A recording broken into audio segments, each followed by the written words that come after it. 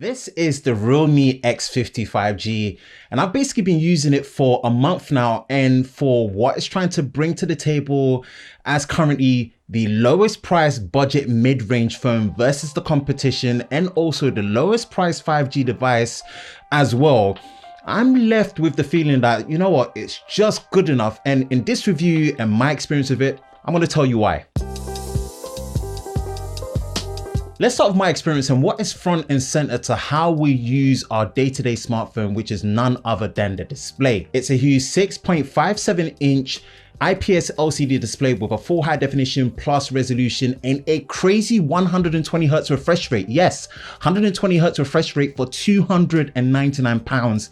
And even saying that, boy oh boy, did it actually take me some time to adjust and get used to the display experience.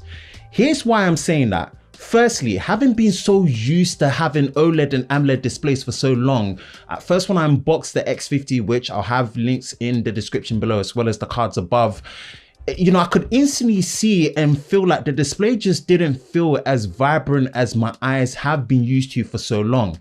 And you know, when you look at things such as dark mode being enabled, not feeling as rich as I expected.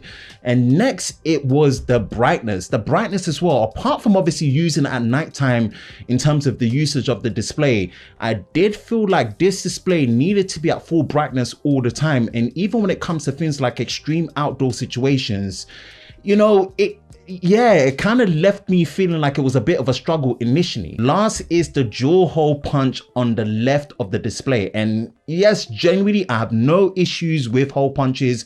And you know, I especially prefer it on the top left rather than in the center or on the top right. But nonetheless, man, unless you're giving me an extra function of that second camera being there, like an ultra wide angle camera being there or whatnot, you know, I'll prefer it to just be a single hole punch main camera that's been there, you know, just to give me a much more complete all screen viewing experience. Now, look, saying all of this, let me not make it out to seem like the display is bad by any means, because you got to remember the unique selling point that is bringing against the competition is that 120 Hz display.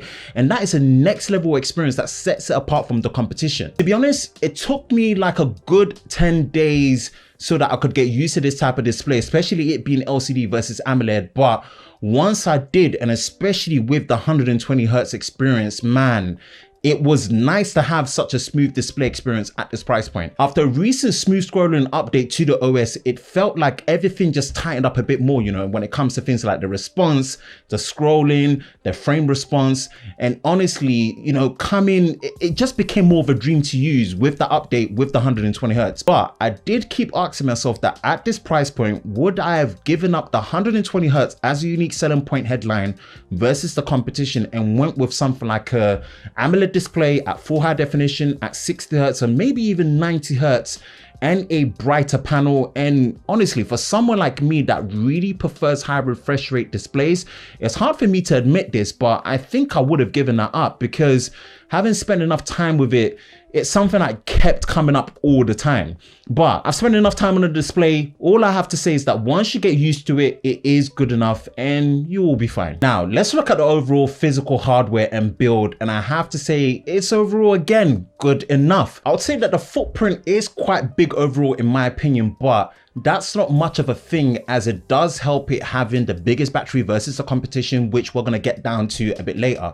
Plastic with a glossy finish at the back, which takes a lot of smudges from your fingers. So I'm really glad it does come with a clear case included in the packaging. So you're definitely going to need to be rocking that for sure. The volume buttons are located on the left and the power button on the right, which is definitely how I like it, which also doubles the power button as a capacitive fingerprint scanner, which I found worked really well best with these fingers. I have a single firing speaker, USB Type-C, dual SIM card slot, yes, quad cameras, which we're going to touch on, and a flash.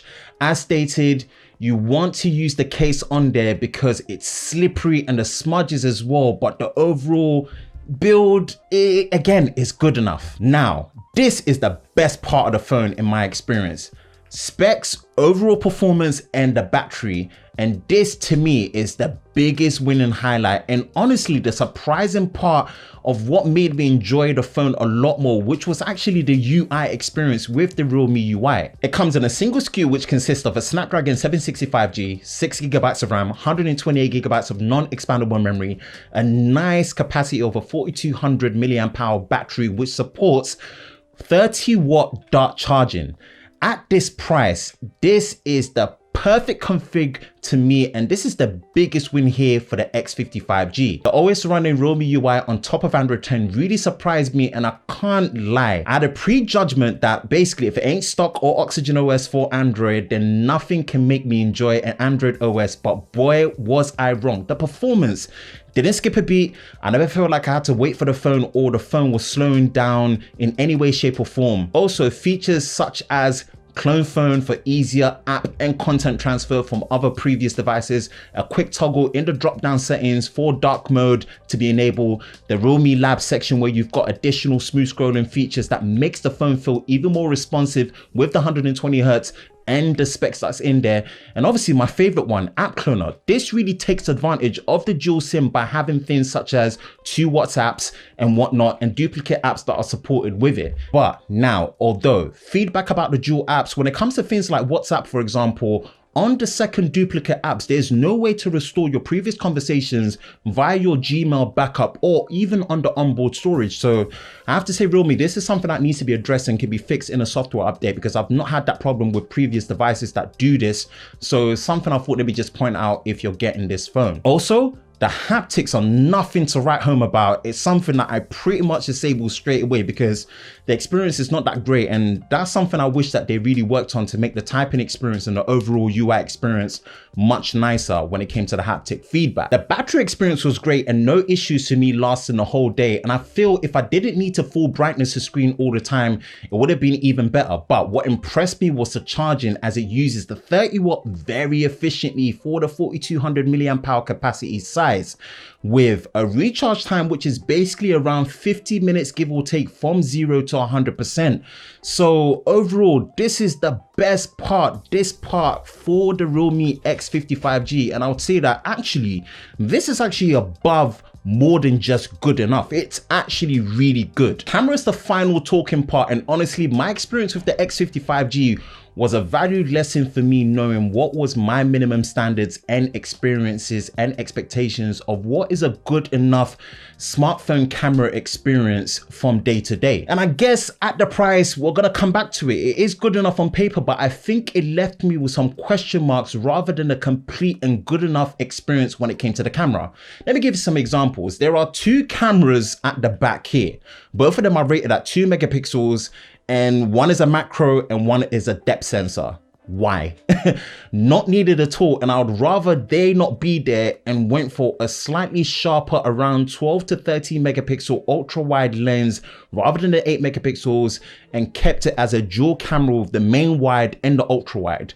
Now again, the next one, the second selfie, if it's not an ultra wide that's given extra function, then there's no need for it to be a depth sensor, especially if the depth sensor is just 2 megapixels. I take a decent amount of selfie photos and videos, and it's not like for vanity reasons, but I do a lot of Instagram stories when I'm documenting my day and whatnot, and the HDR performance and the color reproduction from the selfie really left me wanting it. And I was surprised because obviously the hardware on paper looks good enough at 60 megapixels with f2.0. So maybe something to do with the processing, but I kind of had mixed feelings when it came to it. Now the main camera for photos is 48 megapixels. It uses pixel binning for smaller 12 megapixel images, but it does have a 48 megapixel mode in the camera for stills, and it gives okay enough results, especially if you come back to that price of $299, which is the cheapest for the competition that it's in, and it has 5G as well in the UK. So, you know, I guess it's giving the best that it can give at a price point, and this is probably where the compromise is. You also do get 4K UHD 30 frames per second video, but only supported on the main camera and not the ultra wide. And also that goes for any of the 60 frames per second modes at 1080p, which is not supported on the ultra wide as well. Now, in terms of availability, you can get this direct from Amazon, links in the description below if you want to purchase it, helps the channel out, and directly from Realme. But there's no word from availabilities from any of the 4 main carriers in the UK or any of the retailers getting it. So although the price at $299 is there, I hope Realme can work with some retailers or carriers at least to get it in there.